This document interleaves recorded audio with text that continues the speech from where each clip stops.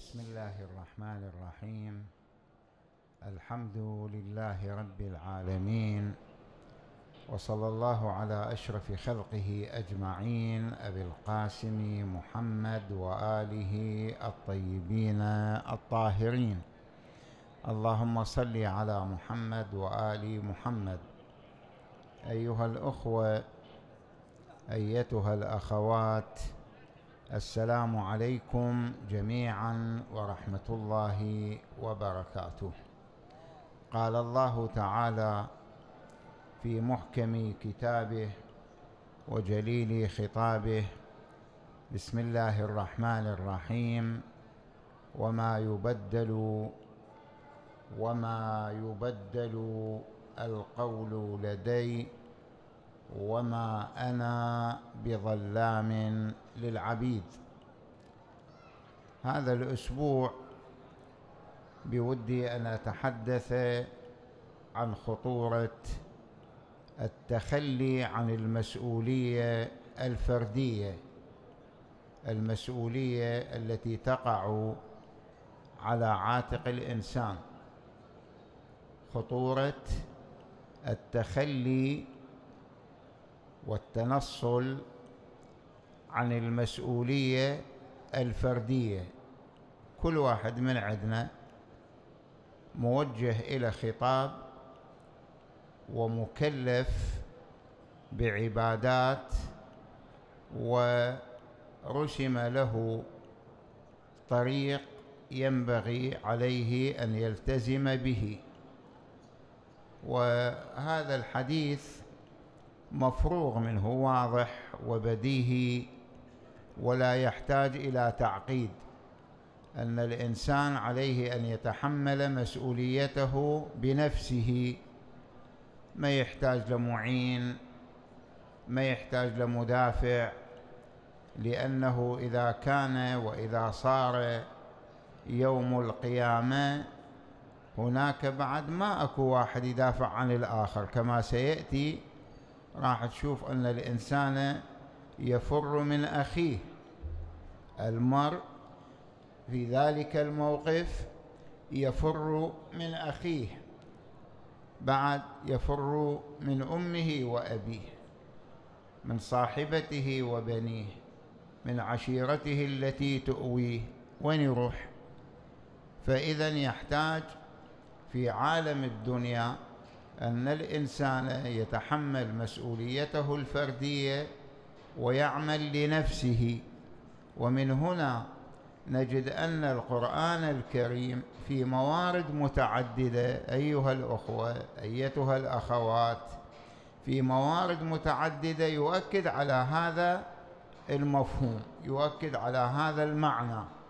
أنا راح أقرأ لك، ويعني على وجه السرعة والاختصار راح أمر ببعض الآيات التي أكدت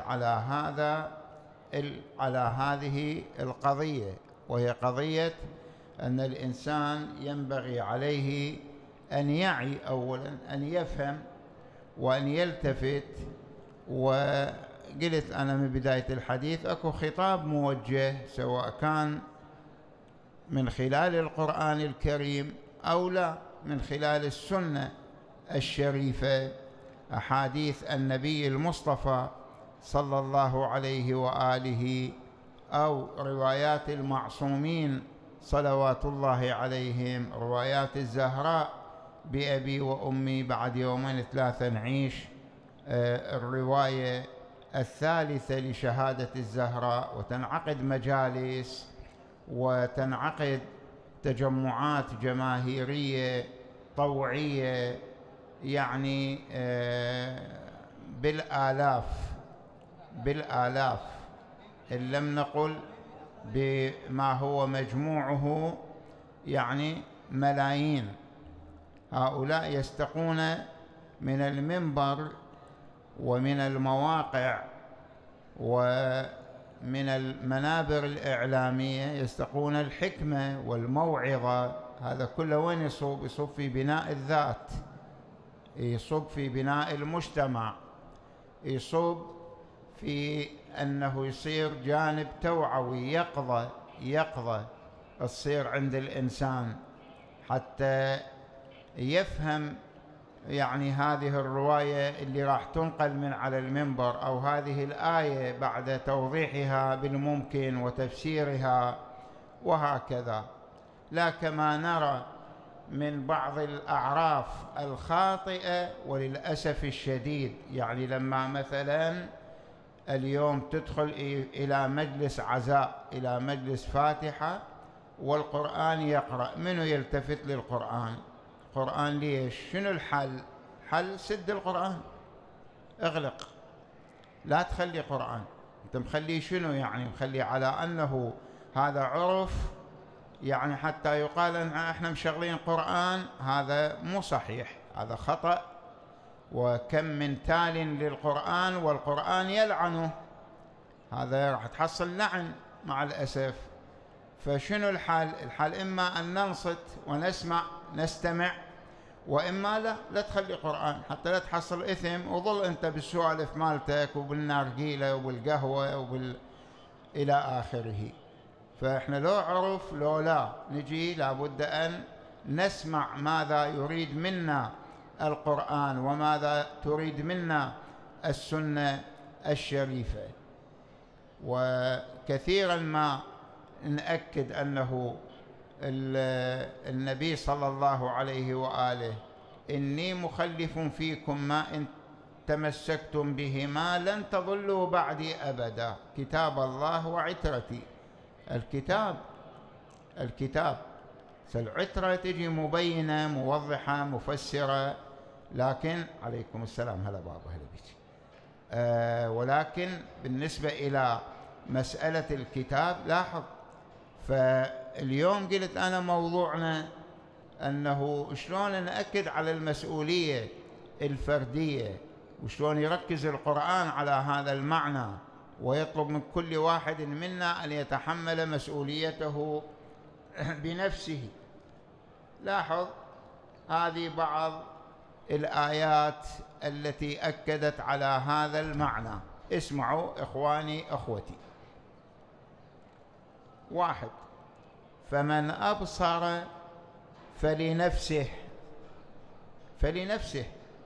لاحظتوا هذه تجدوها الأنعام 14. من عمل صالحا فلنفسه، جاي التابع فلنفسه. هذه أيضا الجاثية 15. ومن شكر فإنما يشكر لنفسه. ما حد يعني يستفيد، الاستفادة الرئيسية والمباشرة إليك. ولئن شكرتم لأزيدنكم، إليك نفسك. فأنت ليش تغفل عن شكر الله تعالى؟ وشكر الله شنو يعني؟ لفظا شكرا هالشكل؟ لا، مو بس هذا، واللفظ يكون كاشف عن النوايا، الطاعة، العبادة، شكر المنعم على تلك النعمة، وهكذا. لاحظوا اخواني: ومن تزكى فإنما يتزكى لنفسه، أيضا هذه فاطر 18. ومن جاهد فإنما يجاهد لنفسه، العنكبوت 6. لاحظتوا كم مورد هسه إلى الآن صار تركز، أو القرآن يركز على أنه القضية أنت تتحمل والنتائج أنت تتحملها. تعمل صالحا فلنفسك، تعمل سيئا فعليها. فأنت شنو اللي تختار وماذا ينفعك؟ وأمامك موقف كما سيأتي، وأمامك محكمة عدل لا تغادر صغيرة ولا كبيرة. وما أنا بظلام للعبيد، الآية الشريفة ابتدأنا بها الحديث. وما يبدل القول لدي أبدا، نفسه هو، ما أكو غفلة، ما أكو نسيان، ما أكو سهو، محكمة عادلة. فقدم لنفسك. لاحظت أخواني؟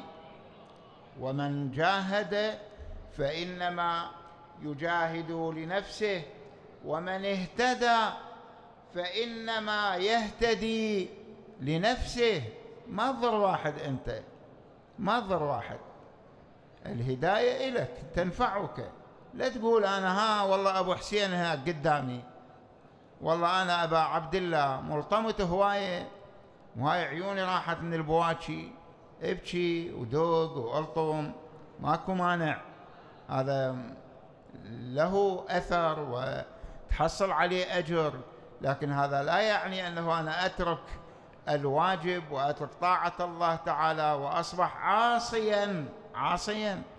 إذا الله تعالى يأمرني وأقيموا الصلاة أنا ما أصلي، كتب عليكم الصوم أنا ما أصوم، الزكاة ماكو، خمس ماكو، حج عند الاستطاعة ما أكو، وهكذا غافل ملتهي بهالدنيا هاي، الدنيا الدنية كما يعبر عنها.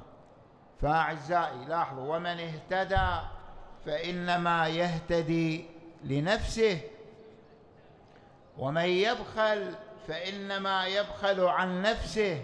انظر نفسك، هذا قرآن. ليش أكد أنا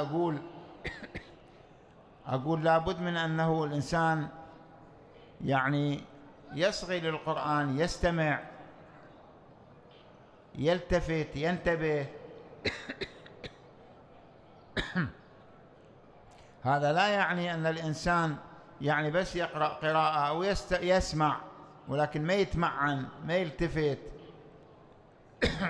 وفي مواضع أخرى القرآن وتزودوا فإن خير الزاد التقوى واتقون. منين تجي التقوى؟ منين تجي التزود؟ شلون يجي إذا ما أكو وعي وما أكو التفات وما أكو انتباه؟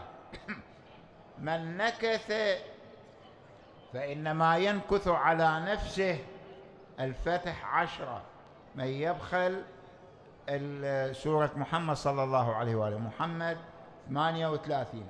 بعد ومن يكسب إثما فإنما يكسبه على نفسه. النساء 11. هذه موارد على السريع، وإلا الآيات كثيرة التي أكدت على هذا المعنى. لاحظت إخواني؟ أكدت على هذا المعنى.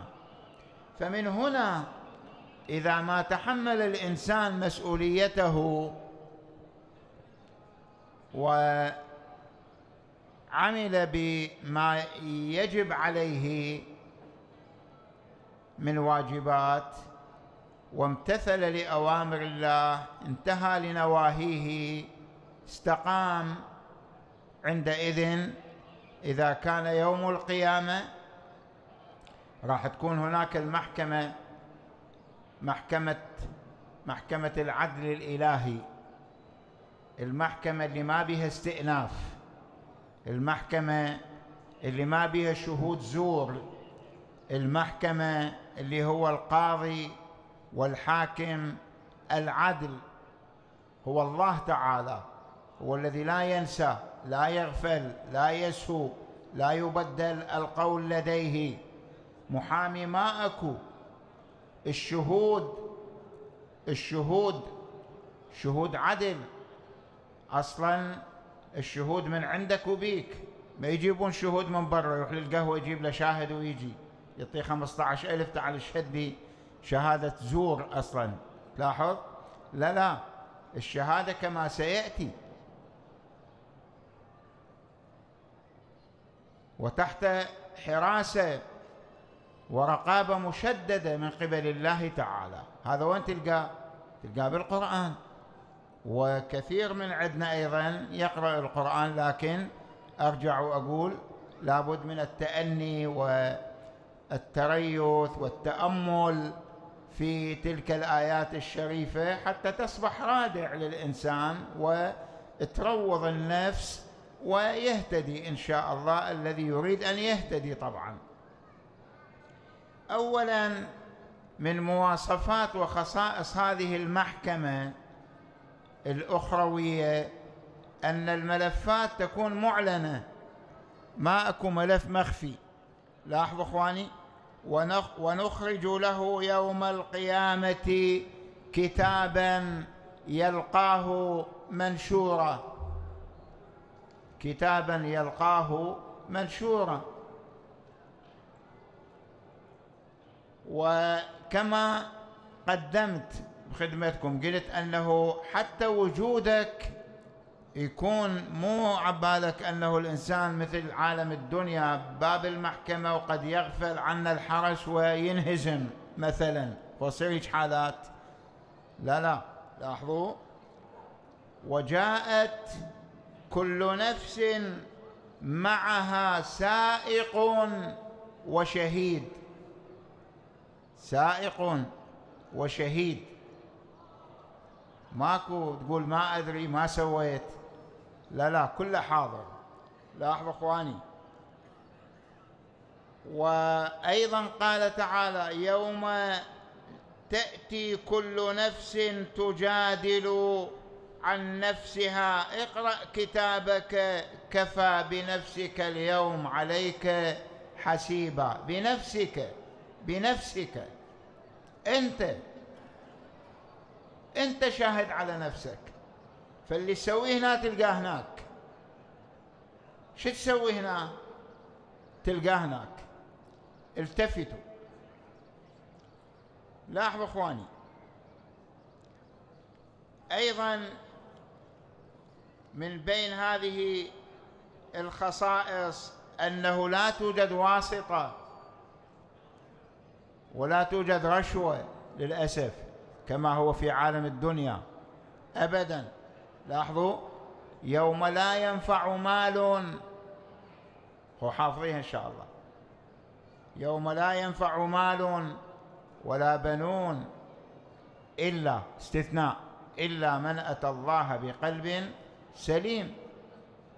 بعد، هل أنه هناك تصير اشتباهات يعني بالملفات؟ شايفين مرات في عالم الدنيا يحكم واحد يطلع اكو اشتباه بالاسم الثلاثي او الرباعي ويعيدون المحكمة. وما كان ربك نسيا، وما كان ربك نسيا. بعد، فأما من أوتي كتابه بيمينه فيقول هاؤم اقرءوا كتابي. اعطوك الكتاب بإيدك. هذه كلها خصائص ذيك المحكمة اللي إن شاء الله إذا صار عندي وقت بالتلخيص أبين مقدار ما عليه من أهمية. بعد، قلت أنه لا يوجد استئناف كما هو في حال الدنيا، ما يبدل القول لدي وما أنا بظلام للعبيد. عندنا اعتقاد بأن الله تعالى عادل، الله ليس بظلام، ليس بظلام للعبيد، فعليه بعد هناك تعترض أنت وتقول لا والله أنا ما سويت هذا الشيء. شلون؟ يقولوا لك أكو شهود، يقول قد يكون الشهود شهود زور. يقول لك شهود زور، اسمع قوله تعالى يوم تشهد عليهم ألسنتهم وأيديهم وأرجلهم بما كانوا يعملون،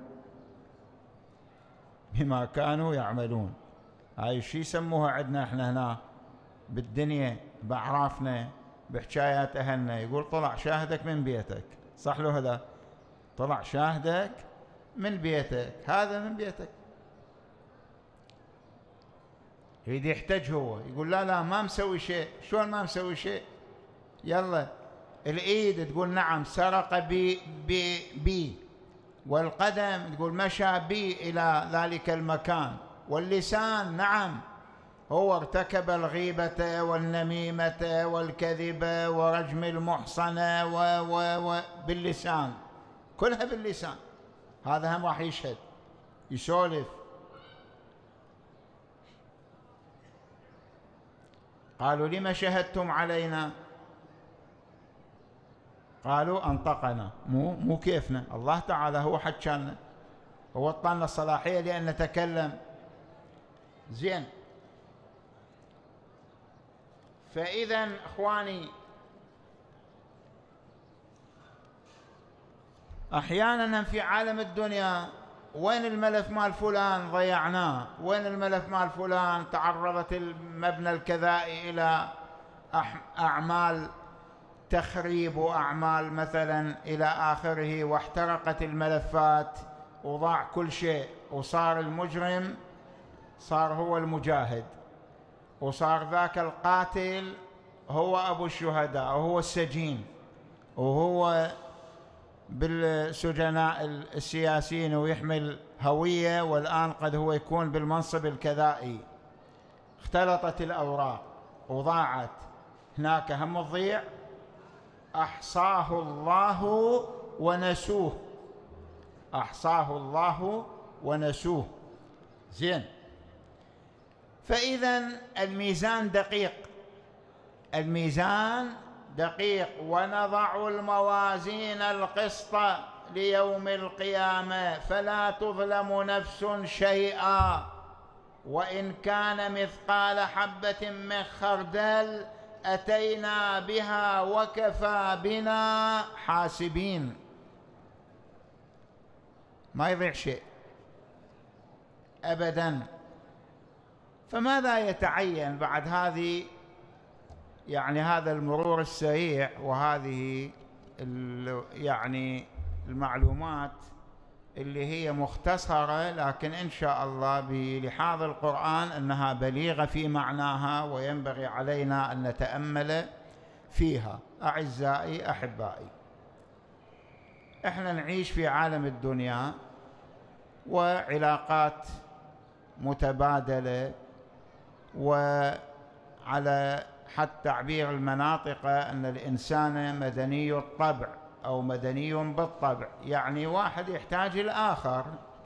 ما ممكن واحد يجي يقول والله أنا دكتور ما أحتاج الإسكافي، ماكو شيء يحتاجه، ولا أنا خياط ما أحتاج الطبيب، ولا أنا نجار ما أحتاج رجل الدين، وهكذا. إحنا مجتمع، ومجتمع إحنا بواقعنا وتركيبتنا مجتمع قبلي، يعني إحنا ناس عشائر وناس أهل شعائر وناس نرجع ونرتبط بمؤسسة روحية كبيرة ترتبط بالمعصوم صلوات الله عليه، ألا وهي المرجعية الدينية. فإذا إحنا عندنا 3 أركان مهمة: المرجعية الدينية اللي تربطنا بالمعصوم من خلال الفتاوى والأحكام اللي يستنبطها الفقيه، ويحرص على أنه يصحح معاملاتنا وعباداتنا حتى ننجو في هذه الدنيا ونعمل بمسؤولياتنا ونتحمل مسؤولياتنا. التوفيق من الله جل وعلا. طبعا الإنسان يسعى ويعمل ويجيد ويجتهد، والباقي على الله تعالى. ثم أننا أصحاب شعائر، والشعائر أيها الأعزاء إنما هي لا يعني أنها طقوس دينية وأنها ممارسات فقط، لا، وماكو مانع. هي الطقوس خلينا نسميها طقوس، يعني إذا شوية تنزلنا، وإلا هي مو طقوس. إحنا هاي شعائر، هاي مبنية على عقيدة، ومبنية على روايات، ومبنية على أوامر اجتنا من أهل البيت: أحيوا أمرنا رحم الله من أحيا أمرنا. إحياء الأمر إلى مراتب، من مراتبه أنه نقيم الشعائر، مجلس العزاء، الموكب، اللطم، إلى آخره. هذا صحيح. وبعد أيضا قالوا يا ابن رسول الله وكيف نحيي أمركم؟ قالوا تعلموا علومنا وعلموها للناس فإنهم لو علموا محاسن كلامنا لاتبعونا. هاي قضية ضرورية جدا. وبعد إخواني أنه إحنا ننتمي إلى عشائر، ننتمي إلى قبيلة، عندنا عرف عشائري. العرف الخاطئ أو عبرنا عنه في يوم من الأيام بتعبير شوي قاسي، قلنا الأعراف الفاسدة. العرف الفاسد لا نلتزم به ولا نشجع عليه، وأصلا مسؤوليتنا الفردية أن كل منا يقف بأزاء وبوجه تلك الأخطاء الفاسدة. احنا نجي نأكد على الأعراف الفاسدة والأعراف الخاطئة، نجي نركز على الأعراف العقلائية الصحيحة اللي تجذر بالأسرة الحياء والعفة، اللي تجذر في الأسرة أو بالفرد والأسرة، تجذر في نفسه الاحترام والتقدير والتبجيل للمعلم، التبجيل للمربي، التبجيل للأبوين، التبجيل للجو العام كعرف. وهناك أخلاق لا يمكن أن نتخلى عنها. لا يأثر علينا هذا التطور التقني، هذا التطور اليوم بالإعلام، هذا التطور اليوم اللي جاي نشوفه بمساحات ومديات واسعة، ممكن أن نوظفه بالجوانب الإيجابية، وممكن أن نحذر ونحذر من أنه ينحدر المجتمع وينجرف المجتمع ويذهب إلى الهاوية بسبب تلك التطورات اللي تستعمل استعمالا سلبيا. أخواني أعزائي، وما توفيقي إلا بالله. كل واحد من عندنا يعتقد بهذا، أن الله تعالى إذا اطلع على سريرة الإنسان المؤمن ورأى أنه مخلصا فعلا، يأخذ بيديه إلى ما فيه النفع في الدنيا وفي الآخرة. ومن هنا أخواني أرجع وأكرر، كل واحد من عندنا لما يدعو يقول اللهم اجعلني عندك وجيها بالحسين عليه السلام. فإذا الله جل وعلا إذا اطلع على هذه الخاصية وهذا الإخلاص وهذا الإقبال عليه، هو أيضا سوف يأخذ بيديك إلى ما فيه الكرامة والعزة والرفعة والفوز في الدنيا والآخرة، إلى أمواتنا وأمواتكم جميعا، وإلى أرواح الشهداء السعداء. الفاتحة مع الصلوات.